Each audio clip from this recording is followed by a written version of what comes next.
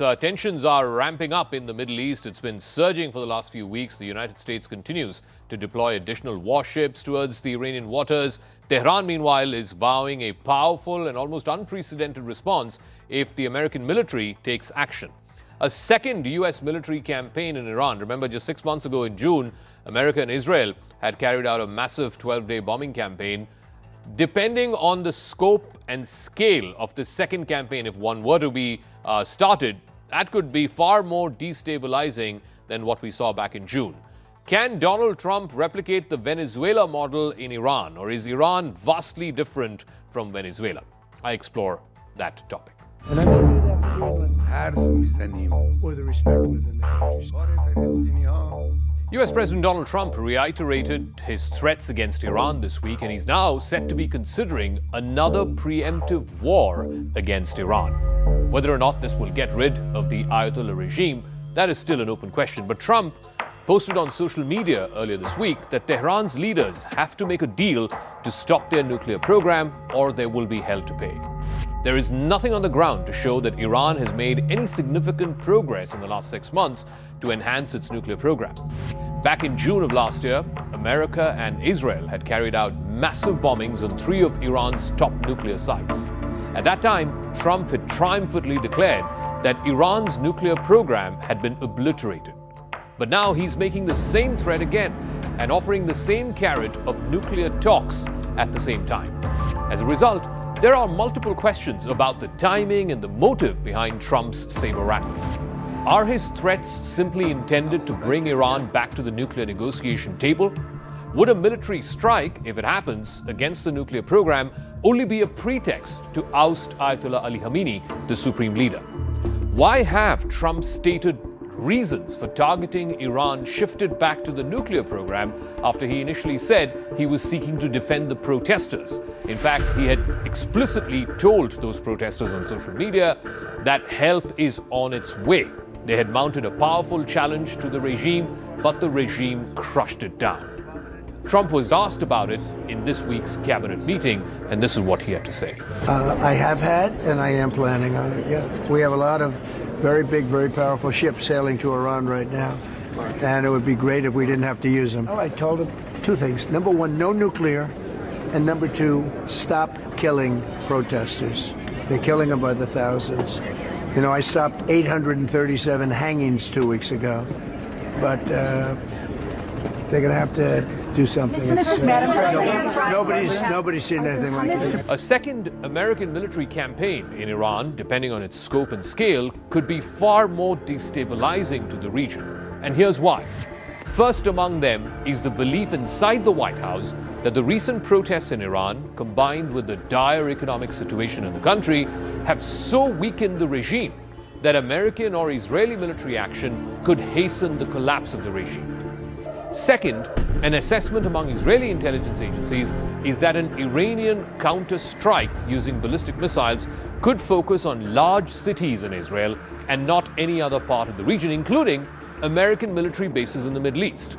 Israel had successfully defended Iranian missile attacks last summer.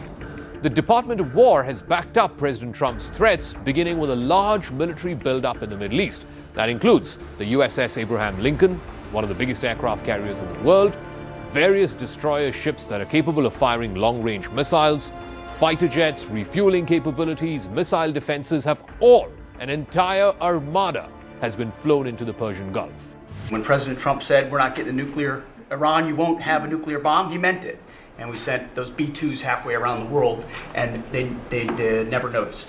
When he said, we're not going to tolerate trafficking drugs anymore in our hemisphere, we treat them like the Al-Qaeda of the Western Hemisphere, he meant it, and we're executing that. When you said, Mr. President, we're securing the border, the military was proud to do their part alongside Homeland Security to do that. Same thing with Iran right now, ensuring that they have all the options to make a deal. They should not pursue nuclear capabilities. We will be prepared to deliver whatever this president expects of the War Department. But Trump officials are not very clear about what the objective of such a military operation would be, even if the president gave his go-ahead for one.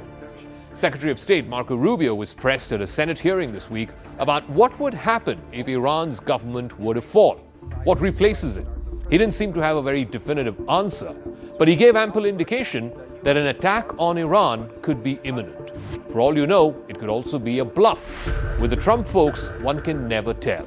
So I don't think anyone can give you a simple answer as to what happens next in Iran if the supreme leader and the regime were to fall, other than the hope that there would be some ability to have somebody within their systems that you could work towards a similar transition. I would imagine it would be even far more complex than the one we're describing now, because you're talking about a regime that's in place for a very long time. So that's going to require a lot of careful thinking if that eventuality ever presents itself. We have to have enough force and power in the region, just on a baseline, to defend against that possibility. That at some point, as a result of something, the Iranian regime decides to strike at our true presence in the region. The president always reserves the preemptive defensive option. Trump officials say the president may be taking a similar approach to Iran as he did to Venezuela, where the United States amassed forces just off the coast for months as part of a pressure campaign to oust Nicolas Maduro. Efforts to convince Maduro to leave Venezuela failed, and in that case, it led to an American attack. The Delta forces in a special operation attacked the presidential palace. They captured Maduro and his wife. But here's the thing, Iran is not Venezuela. It has sophisticated military options, including ballistic and cruise missiles. It's got terror proxies in the Middle East, from Houthis to Hezbollah to Hamas, all of which may be considerably weakened after a sustained war with Israel, but they are still useful cannon fodder. And most importantly, the Iranian regime is not a one-man enterprise. While Ayatollah Ali Khamenei is the supreme leader, there are multiple power centers. There is the Guardian Council, which has overriding powers, and now increasingly the Revolutionary Guards, or the IRGC, who are an elite military force numbering about 150,000, who answer only to the supreme leader. They are ideologically sworn to protect the regime and not the people. Also, in Venezuela, as is being increasingly apparent now, the Americans cut a deal with Maduro's number two, Delcy Rodriguez, and her powerful brother Jorge Rodriguez to sell out Maduro. Delcy was quickly replaced as the head of the country after Maduro was ousted, but in Iran, there is no such visible successor to Khamenei. Neither is there any large-scale desertion from the top brass of the IRGC over to the side of the protesters. So for now, the iron hand of the state in Iran has prevailed over the protesters. The protests have been crushed, and the game of who blinks first with America has just begun. Let's now go across to Mr. Hamid Raza Ghulamzadeh, who's an Iranian strategic affairs expert. He's the director at Diplo House. Thank you very much, Mr. Hamid Raza. First things first, Mr. Trump and his officials, whether it's the Secretary of State or other officials, have been really ramping up the rhetoric as well as ramping up, all this armada, so-called armada that they're moving to the Persian Gulf. It has an aircraft carrier, multiple fighter jets, transport aircraft, refueling aircraft. What do you think is the attempt here? Is the attempt to try and put pressure on the regime of Ayatollah Ali Khamenei, much like they built pressure in Venezuela a few months ago, and then eventually the leader there, was removed in an operation by the American forces? Is this a pressure-imposing tactic, or is there a genuine threat of an American attack on Iran? Actually, the short answer is that it's the wishful thinking. Venezuela and Iran are in no ways comparable together. And it is totally a different story, what happened in Venezuela and whatever could be possibly happening in Iran. Because Iran is totally different as well. And Iran has learned how to survive in this volatile region of the world that we are living in West Asia.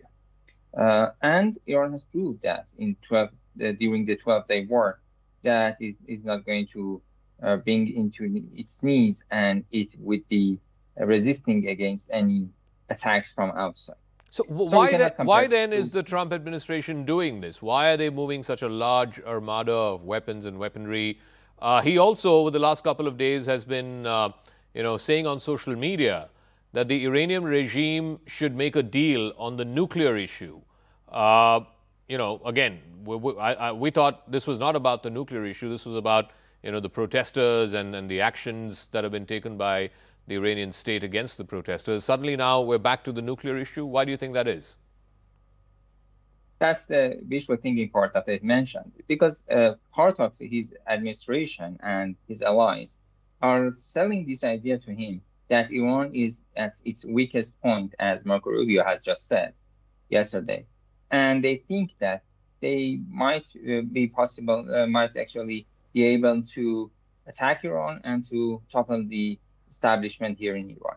But he's wrong.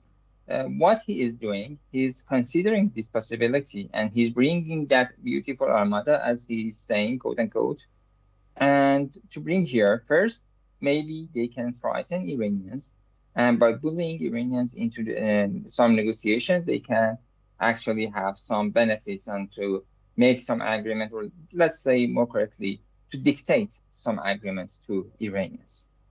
And if Iran doesn't accept such a thing, which I doubt do, then Americans would consider attack against Iran.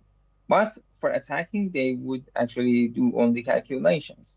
Iran has been clear in its message to the Americans and to the countries in the region that any attack on Iran would not be a limited attack, and it would be interpreted as an all-out war, and the response would be actually the same way, an all-out response, and it would be very harsh and actually diverse. And it would include not only the American military bases, but also all the countries in the region, and of course, the Israeli regime as a legitimate target for Iran. Mr. Hamid Raza, I also want just to... a message. Yeah.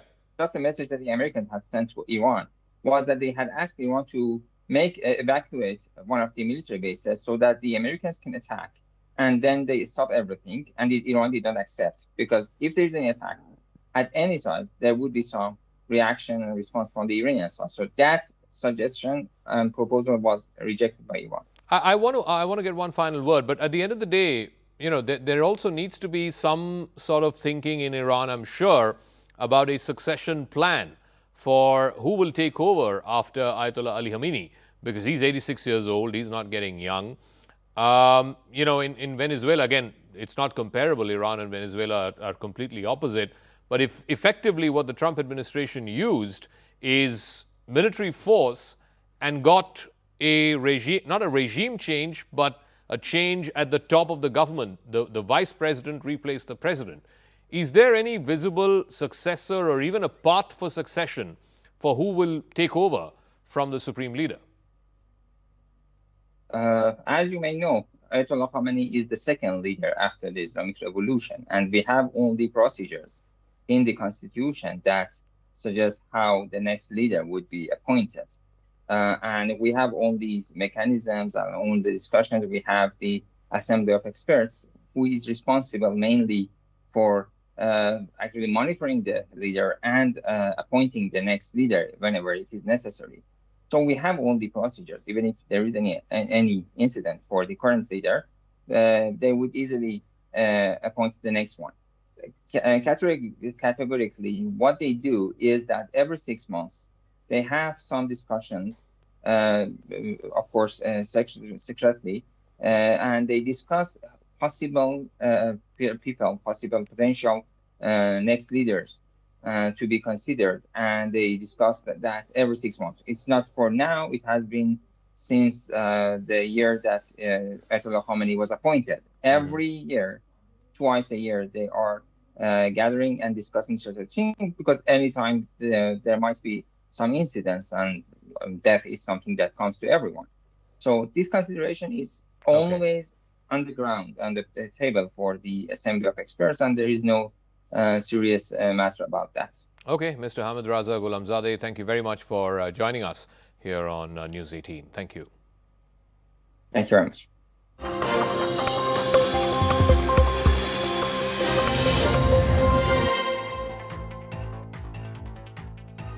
India's renowned economists, analysts, and policymakers will dissect every aspect of Budget 2026